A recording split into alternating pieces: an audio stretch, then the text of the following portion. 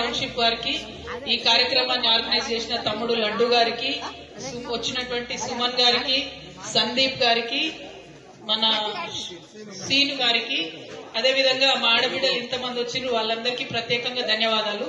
మరి నేను వచ్చుడే అటు శ్మశానం చూసుకుంటూ వచ్చిన. శ్మశానం దగ్గర కూడా మరి ఇదివరకే 2 సార్లు శిలాఫలకం వేసిపోయినరట, కానీ శ్మశానం దగ్గర పని జరగలేదని చెప్తా ఉన్నారు. ఖచ్చితంగా జరగాలి, ఎందుకంటే కాంపౌండ్ వాల్ పెట్టుకొని ప్రతి శ్మశానాన్ని తెలంగాణ అంతా మంచిగా చేసుకునే కార్యక్రమాలు చేసినాం. కానీ ఇక్కడ ఎందుకు జరగలేదో ఒక్కసారి ఆ శిలాఫలకాల ఫోటోలు తీసుకుందాం, మళ్ళీ ఒకసారి అడుగుదాం. ఖచ్చితంగా అడిగి ఎందుకు జరగలేదన్నది చూసి చేపిద్దాం. ఎందుకంటే అటు నుంచి వస్తుంటే మా ఆడబిడ్డలందరూ చెప్పిండ్రు శ్మశానంలోకి వెళ్ళి పాములన్నీ కూడా ఇండ్లలోకి వస్తున్నాయని చెప్పిండ్రు. మరి చాలా ఘోరమైన పరిస్థితి ఉంది, బురద దారుణంగా ఉంది అక్కడ. కాబట్టి ఆ రోడ్లు ఫిక్స్ చేయడానికి ప్రయత్నం చేద్దాం. అట్లనే ఇక్కడ పిఏ నగర్ యూత్ ఉన్నారు, ఎవరైనా ఓ అనండి సార్.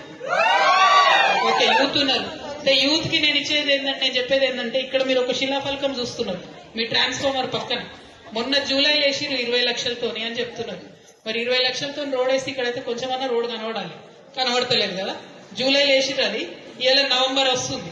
కాబట్టి ఖచ్చితంగా అడగండి, ఆ కాంట్రాక్టర్ ఎవరో తెలుసుకోండి, ఆ కార్పొరేటర్ గారు ఎవరో తెలుసుకోండి. వెళ్ళి అన్న మరి శిలాఫలకం వేసిపోయింది, రోడ్ ఏమైందని దయచేసి అడగమని కోరుతా ఉన్నాను. అట్లనే కరెంట్ ఫ్రీ ఇస్తా అని చెప్పిండ్రు ఈ కాంగ్రెస్ గవర్నమెంట్. మరి కొంతమందికి వస్తుంది, కొంతమందికి వస్తలేదు. రానోళ్ళని పూర్తిగా అడిగిందే లేదు. అదే విధంగా ఇంద్రం ఇండ్లు ఇస్తామని చెప్పిండ్రు. ఇంతవరకు కూడా కిరాయికి ఉన్న వాళ్ళు కిరాయికే ఉన్నాం. ఇల్లు అంతో ఇంతో 60 గజాలలో 50 గజాలలో ఇల్లు వేసుకున్న వాళ్ళకు ఉన్న ఇల్లు ఊలగొడితే మళ్ళీ పైసలు ఇస్తామని చెప్తున్నట్టు. ఓకే, రేవంత్ రెడ్డి మాట నమ్మి ఉన్న ఇల్లు ఊలగొట్టుకున్నాం అనుకో, కిరాయికి వచ్చేది లేదు, ఏం లేదు. ఆయన మాట నమ్మినాం 2 ఏళ్ల కింద, ఏమైంది? ఇగో తెల్లారి పోయి పెన్షన్ తెచ్చుకోండి 4,000 అన్నారు. ఇంతవరకు దిక్కు దివానం లేదు, అవునా?